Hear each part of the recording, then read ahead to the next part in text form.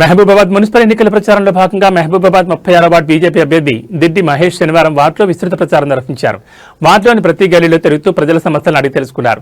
ఈ సందర్భంగా దిడ్డి మహేష్ మాట్లాడుతూ గత 10 ఏళ్ల బీఆర్ఎస్ పాలనను, గత 2 ఏళ్ల కాంగ్రెస్ పాలనను ప్రజలు గమనిస్తున్నారని, ఇప్పుడు జనం బీజేపీ వైపు చూస్తున్నారని ధీమా వ్యక్తం చేశారు. తనను గెలిపిస్తే కేవలం 100 రోజుల్లోనే వార్డులో పెండింగ్ లో ఉన్న పనులన్నింటినీ పూర్తి చేస్తానని హామీ ఇచ్చారు. ఒక్క అవకాశం ఇచ్చి చూడాలని, వాటిని ఆదర్శంగా తీర్చిదిద్దుతానని ఆయన ఓటర్లను కోరారు.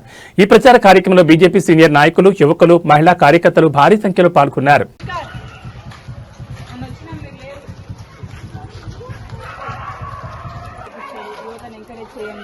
మా తమ్ముడు ఎట్లా రాజకీయం రానియలేదు, ఆయన ఇష్టాన్ని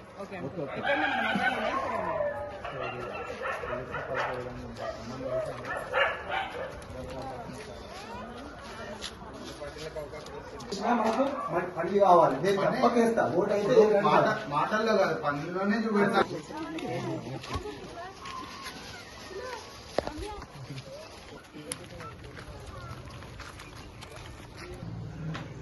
అన్ని పార్టీలకు అవకాశం వచ్చిపోయినాము. నిన్న 36వ వార్డు దిడ్డి మహేష్ గారు అభ్యర్థి అయిన మన బీజేపీ అభ్యర్థి దిడ్డి మహేష్ గారి దగ్గర ఉన్నాము. విజువల్గా డైరెక్ట్ ఫేస్ టు ఫేస్ మనం ఒక్కసారి ఏ విధంగా మున్సిపాలిటీ ఎన్నికలు సాగుతున్నాయో దాన్ని మరొకసారి తెలుసుకొని మనం చూపిద్దాం. ప్రజలందరూ బీజేపీ కోసం ఎదురు చూస్తున్నారు. బీజేపీకి ఓటేయడానికి సిద్ధంగా ఉన్నారు. అందరూ బీజేపీకి ఓటేసి ఆదరించి గెలిపించడానికి కూడా సిద్ధంగా ఉన్నారు. అదేవిధంగా గతంలో బీఆర్ఎస్ 10 సంవత్సరాలు పాలించింది, కాంగ్రెస్ 2 సంవత్సరాలు అవుతుంది అధికారంలోకి వచ్చి. ఇంత పెద్ద వార్డ్ అయినా అందరూ ఎడ్యుకేటెడ్.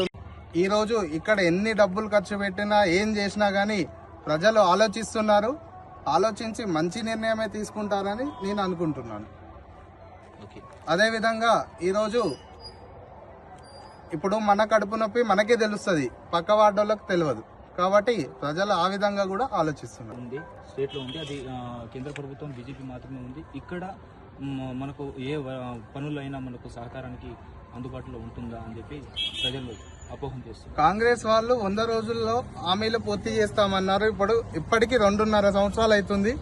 హామీలు కాదు కదా, ఏమీ చేయట్లేరు వారు. ప్రజలకు అందరికీ అర్థమైపోయింది, వచ్చేది బీజేపీ ప్రభుత్వమే. బీజేపీని గెలిపిస్తారు. ప్రజలు అన్ని పార్టీలను చూసారు, బీజేపీకి అవకాశం ఇస్తారని నేను అనుకుంటున్నాను. మా తోటి మొత్తం 36 వార్డులు ఉన్నాయి.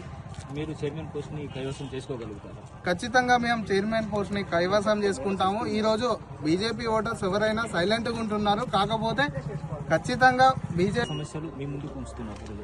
ప్రజల్లోకి వెళ్తున్నప్పుడు సమస్యలు మేజర్గా శానిటైజేషన్, అదేవిధంగా మురికి కాలువలు, అదేవిధంగా పందుల సమస్యలు ఉన్నాయి, కోతుల సమస్యలు ఉన్నాయి, చిన్నపిల్లల్ని కుక్కలు గరవడం అలాంటి సమస్యలు ఉన్నాయి. అదేవిధంగా చిన్నపిల్లలకి కనీసం ఆడుకుందామంటే ప్లే గ్రౌండ్ లేకుండా ఇక్కడ ఉన్నది. అదేవిధంగా గత 15 సంవత్సరాల నుంచి ఒకటే పార్టీకి అధికారం ఇచ్చింది, కానీ ఇక్కడ అభివృద్ధి విషయంలోకి వచ్చేసరికి శూన్యంగా అయిపోయింది.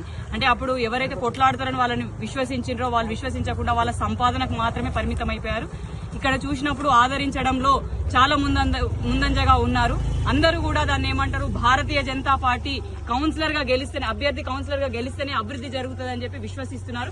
ఇక్కడ ఉన్నటువంటి ప్రధాన సమస్యలు చూసినట్టయితే బేసిక్ ప్రొఫెషనల్ వార్డ్ అయినప్పటికీ కూడా కనీసం రోడ్లు లేవు, మట్టి రోడ్లు. మనం చూసుకున్నట్టే విలీన గ్రామాలలోనో, విలీనమైనటువంటి గ్రామ పంచాయతీలలోనో, లేకపోతే తండాలలో ఉన్నటువంటి సీసీ రోడ్లు కూడా మానుకోట మున్సిపాలిటీ పరిధిలో ఉన్నటువంటి 36వ వార్డు ఒక ప్రొఫెషనల్ గా అడ్వకేట్స్, టీచర్స్ ఎక్కువగా ఉన్నటువంటి వార్డులో రోడ్లు లేకపోవడం దురదృష్టకరం.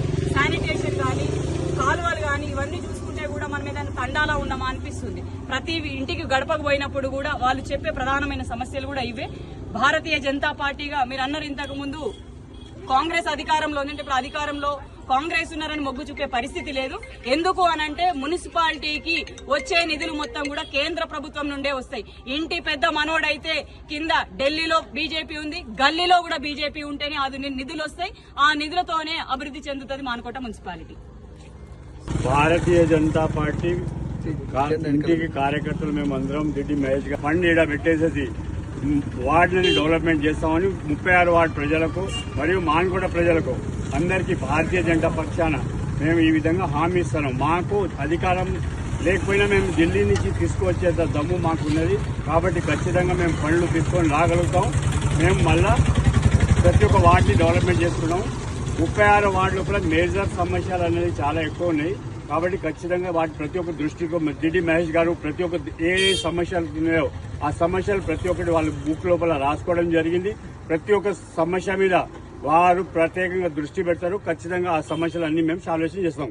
భారత్ మాతాకి భారత్ మాతాకి కాంగ్రెస్ పార్టీ వాళ్ళు అనుకున్నారు 36వ వార్డుకు సంబంధించిన క్యాండిడేట్స్ మేము చైర్మన్ పోస్ట్ స్వాధీనం చేసుకుంటాం అనే విధంగా మాట్లాడుతున్నారు. అలాగే బీఆర్ఎస్ పార్టీ అందరికీ నమస్కారం. నా పేరు మైదాన్ విజయ్ కుమార్. నేను నల్గొండ బీజేపీ సర్పంచ్ని.